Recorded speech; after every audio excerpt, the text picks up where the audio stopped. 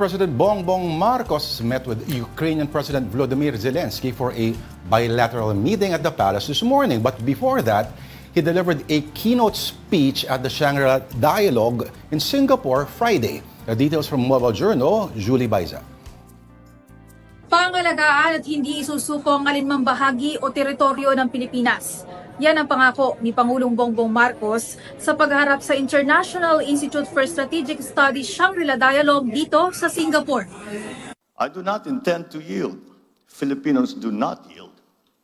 Ito ang matapang na pahayag ni Pangulong Marcos sa kanyang keynote address sa International Institute for Strategic Studies Shangri-La Dialogue sa Singapore nitong Biyernes.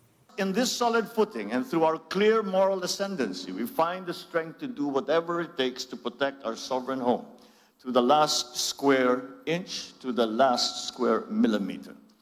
The life-giving waters of the West Philippine Sea flow in the blood of every Filipino. Pangungunahan daw ng Pilipinas ang pagtitiyak na mapagtitibay ang integridad at mapatutupad ang UNCLOS bilang Constitution of the Oceans, maging ang 2016 arbitral ruling pabor sa Pilipinas. The lines that we draw in our waters are not derived from just our imagination, but from international law. Nanawagan din siya na ibasura ang anyay unjust at false narratives.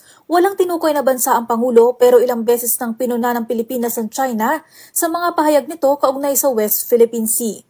Tila pinangaralan pa ni PBBM ang China at Estados Unidos. China's determining influence over the security situation and the economic evolution of this region is a permanent fact.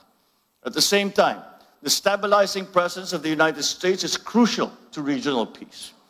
It's never a choice. Both countries are important. Kamakailan lang naglabas ng video ang China State Media na may dalawang lalaki sa BRP Sierra Madre na nagtutok ng baril sa China Coast Guard team na nagpapatrolya umano sa Ayungin Shoal. Kasunod daw yan ng pag-airdrop sa kanila ng supplies. Kasabay niyan, nagbabala pa ang China na may hangganan ng kanilang pagtitimpi sa tensyon sa South China Sea. Ayon sa Defense Minister ng China, matagal na silang nagpigil sa gitna ng anyay mga panghihimasok at pangahamon.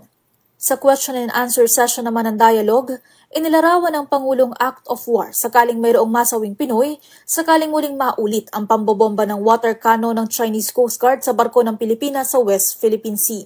If a Filipino citizen is killed by a willful act, That is, I think, very, very close to what we define as an act of war, and therefore we will respond accordingly. Kasunod yan, nagsagawa ng bilateral meeting ngayong umaga sina PBBM at Ukrainian President Volodymyr Zelensky sa Malacanang. Nauna na siyang dumalo sa Shangri-La Dialogue sa Singapore kung saan inakusahan niya ang Russia maging ang China na pinipigilan o minamaliit umano ang isang peace summit sa Switzerland. Pinlano rin ng Ukrainian President na makausap si PBBM sa Singapore pero hindi nagtugma ang kanilang mga schedule. Mobile Journal Julie Baiza po, hatid ang mukha ng balita.